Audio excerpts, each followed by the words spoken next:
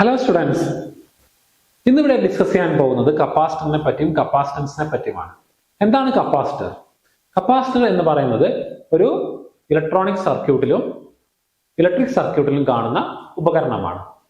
ഇത് charge store ചെയ്യാനും ആവശ്യമുള്ളപ്പോൾ പെട്ടെന്ന് റിലീസ് ചെയ്ത് സർക്യൂട്ടിന് ആവശ്യമായ ചാർജ് നൽകാനും ഉപയോഗിക്കുന്ന ഒരു ഉപകരണമാണ്. കപ്പാസിറ്റർ മെഷർ ചെയ്യുന്നത് കപ്പാസിറ്റൻസ് എന്ന ടേംസ് ഉപയോഗിച്ചാണ്. കപ്പാസിറ്റൻസ് എന്ന ടേം ഉപയോഗിച്ചാണ് കപ്പാസിറ്റൻസ് മെഷർ ചെയ്യുന്നത്. സോ ഇതാണ് ഒരു കപ്പാസിറ്ററിന്റെ സിമ്പൽ. ഒരു V വോൾട്ട് ആണ് ഇതിനെ അക്രോസ് അപ്ലൈ ചെയ്തതെങ്കിൽ ഇതിലൊരു Q ചാർജ് സ്റ്റോർ ചെയ്യപ്പെടും എന്ന് നമ്മൾ സിംബോളിക്കലി റെപ്രസെന്റ് ചെയ്യുകയാണ്.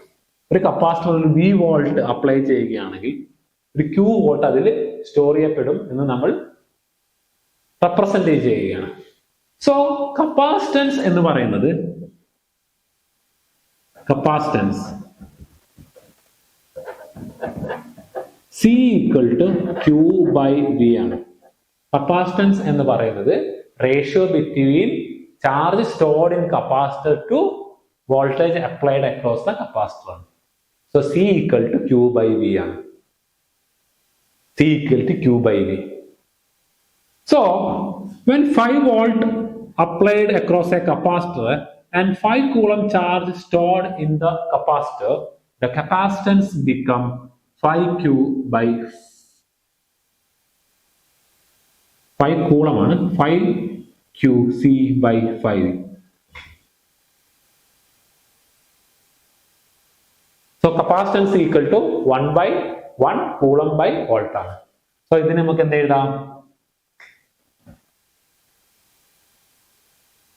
1 ഫാരഡ് എന്ന് എഴുതാം. 1 ഫാരഡ്. സോ കപ്പാസിറ്റൻസ് മെഷർ ചെയ്യുന്നത് ഫാരഡ് എന്ന യൂണിറ്റ് ഉപയോഗിച്ചാണ്. സോ ഫാരഡിന്റെ വേണമെങ്കിൽ നമുക്ക് കൂളം ബൈ വോൾട്ട് എന്ന മറ്റൊരു യൂണിറ്റിലും എക്സ്പ്രസ് ചെയ്യാവുന്നതാണ്.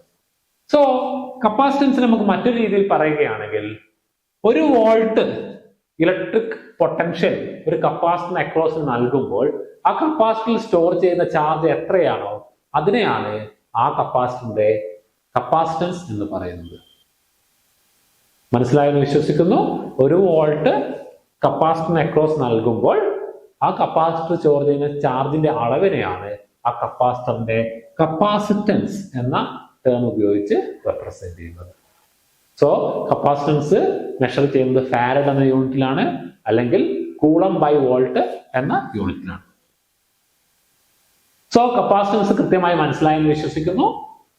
ഇനി മറ്റൊരു ടോപ്പിക്കുമായി നമുക്ക് അടുത്ത ക്ലാസ്സിൽ കാണാം.